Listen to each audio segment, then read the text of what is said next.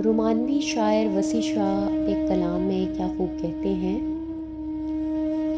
अपने एहसास से छूकर मुझे संदल कर दो। मैं कि सदियों से अधूरा हूँ, मुकम्मल कर दो। ना तुम्हें होश रहे और ना मुझे होश रहे, इस कदर टूट के चाहो मुझे पागल कर दो। तुम हथेली को मेरे प्यार की मेहंदी से रंगो, अपनी आंखों में मेरे नाम का काजल कर दो।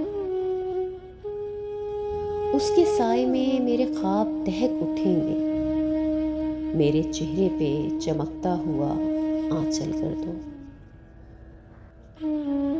धूप ही धूप हूँ मैं, टूट के बरसों मुझ पर, इस कदर बरसों मेरी रूह में जलथल कर दो। जैसे सहराओं में हर शाम हवा चलती है, इस तरह मुझ में चलो और मुझे जलथल कर दो। तुम छुपा लो मेरा दिल ओठ में अपने दिल की, और मुझे मेरी निगाहों से भी ओझल कर दो। मसला हूं तो निगाहें ना चुराओ मुझसे, अपनी चाहत से तवज्जो से मुझे हल कर दो। अपने गम से कहो हर वक्त मेरे साथ रहे, एक एहसान करो उसको मुसलसल कर दो।